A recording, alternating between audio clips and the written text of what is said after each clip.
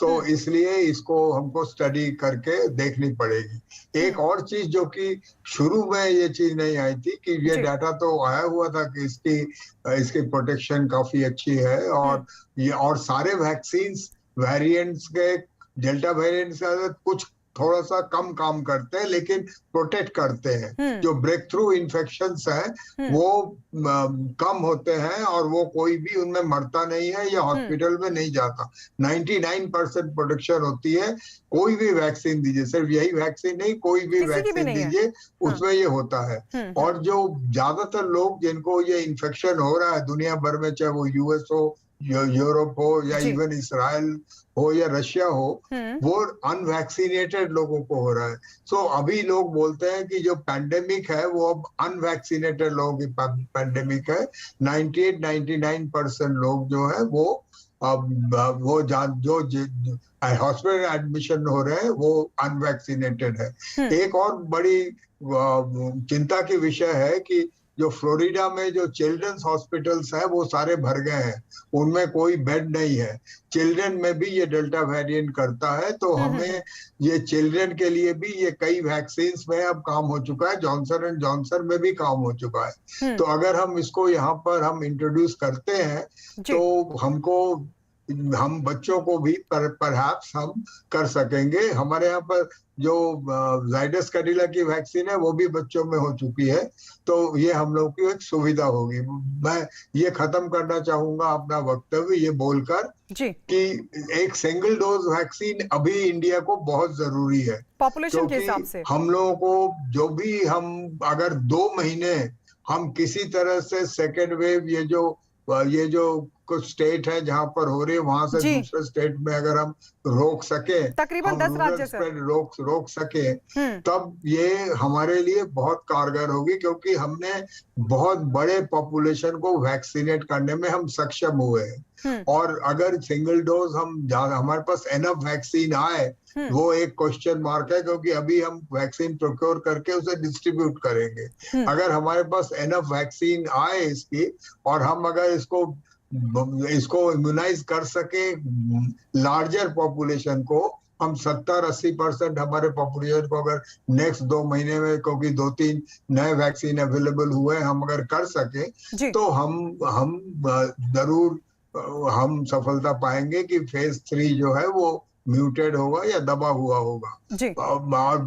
और हम ये मैसेज देना चाहते हैं कि कोई भी वैक्सीन हो वो जल्दी लगवाएं, कारगर है, चाहे वो कोई सा भी म्यूटेंट हो। जी, लेकिन तो जो बात ये लोगों को ठीक है डॉक्टर गांगुली, लेकिन जो बात आप उठा रहे हैं, डॉक्टर नीरज मैं आपके पास आ रही हूँ, जो बात वो कह रहे हैं कि अगर वैक्सीनेशन को स्पीड अप करना है क्योंकि वक्त भी बहुत कम है, और अगर सिंगल डोज हमारे सामने होती है तो क्यों ना सबको सिंगल डोज लगा दी जाए, लेकिन फिर वो भी अवेलेबल होनी चाहिए।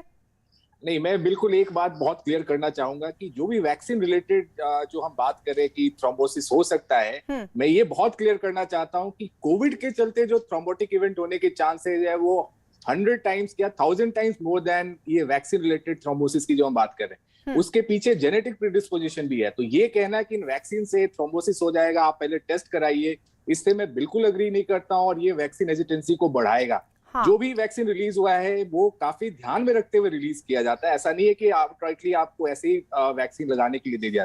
कोविड बीमारी खतरनाक है, सारे वैक्सीन जो भी है, जो भी साइड इफेक्ट्स की बात करते हैं, बहुत ही रेयर है।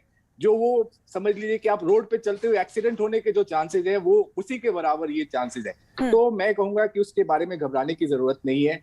सिंगल डोज वैक्सीन का जो सबसे बड़ा एडवांटेज होगा, स्पेशली जो माइग्रेटरी पॉपुलेशन है, जो इधर से उधर ट्रेवल करते रहते हैं, चाहे वो लेबर वर्क हो या फिर इस तरह के लोग हो, उनमें आप एक वैक्सीन लगाइए और फिर वो बूस्टर या फॉलो अप जो सेकेंड डोज की है उसकी जरूरत नहीं है। तो ऐसे जो हमें बहुत जरूरी है कि इस तरह के कोई हम अपने प्रोग्राम, वैक्सीनेशन प्रोग्राम में इंट्रोड्यूस करें, ताकि जब तक हम अच्छे खासे वर्ग को हम वैक्सीनेट नहीं कर लेते, नेक्स्ट पैंडेमिक का जो वेव है वो इनएविटेबल होगा। इसलिए बहुत जरूरी है वैक्सीनेशन, इररिस्पेक्टिव ऑफ कि जो भी वैक्सीन मिले आप वैक्सीनेट कराइए बिना साइड इफेक्ट के डर के।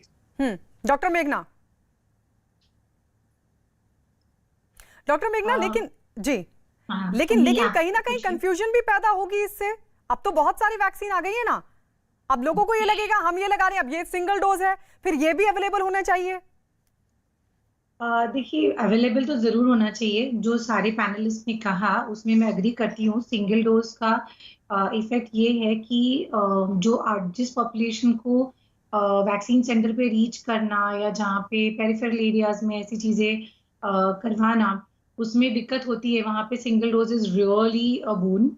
सेकेंडली मैं ये कहना चाहूँगी कि काफ़ी स्टडीज़ आ रहे हैं अभी बच्चों के लिए, जैसे जी। ज़ाइडस कैडिला का था, मोर देन 12 इयर्स के लिए है।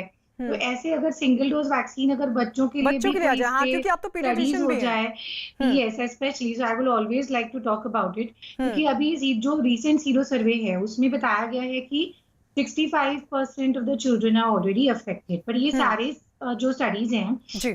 डेटा, ये 6 to 9 इयर्स या 6 इयर्स एंड अबाउ इसमें है।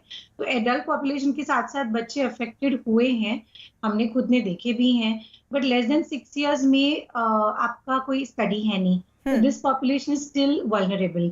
हम्म। As per the sero survey 1/3 population है वो अभी भी सीरो कन्वर्टेड नहीं है। तो ऐसी जगह पे अगर इतना इफेक्टिव वैक्सीन है, सिंगल डोज में है, आपको एफिकेसी भी से 2 वीक्स में वो बता रहे हैं, कुछ हद तक मिलती है, तो that will be really good to speed up the sero conversion rate overall population का। कि डेल्टा अपने पास अभी ऑलरेडी 60% केसेस के लिए इंपॉर्टेंट रहा है एज अ मेन फैक्टर। तो हम्म। बची हुई पॉपुलेशन को दोबारा डेल्टा इतना जल्दी अफेक्ट करेगा, ये चांसेस थोड़े कम ही है। मतलब इट विल बी अ जी। वीकर वेव पॉसिबली, है ना। तो इन दैट केस अगर हम ये वैक्सीनेशन प्रोग्राम थोड़ा स्पीड अप कर पाए with a hmm. Single dose, तो पॉसिबिलिटी ऑफ थर्ड, फोर्थ और सब्सिक्वेंट वेव्स आर वो वैसे भी कम हो जाते हैं। तो हम्म। मैं कहूंगी इस पे और रिसर्च आ जाए और बच्चों के लिए और रिसर्च आ जाए, तो it will be really great. Doctor Sameer Bhati, last week तो आप थे चर्चा में जब डॉक्टर माहेश्वरी ने ये कहा था कि हमने जिन जिन फ्रंटलाइन वर्कर्स हो, हेल्थ वर्कर्स हो, अब उनके अंदर एंटीबॉडीज कम हो रही है, यानी हमारी कोशिश है कि जल्द से जल्द हम सभी को वैक्सीनेटेड कर दें। तो ये तो अगर सिंगल डोज आती है तो स्पीड अप होगा हमारा वैक्सीनेशन।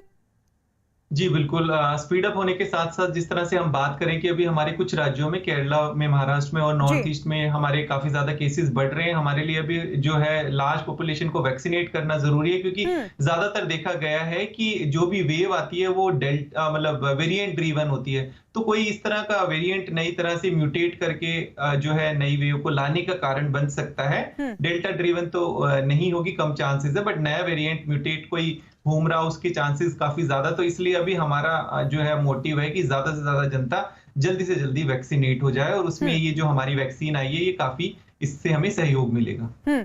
डॉक्टर नीरज, अब मंजूरी इसको दी गई है, कब तक आम लोगों तक भी ये पहुंच पाएगी? मतलब कब तक जॉनसन एंड जॉनसन की अगर कोई सिंगल डोज लेना चाहता है तो ले पाएगा?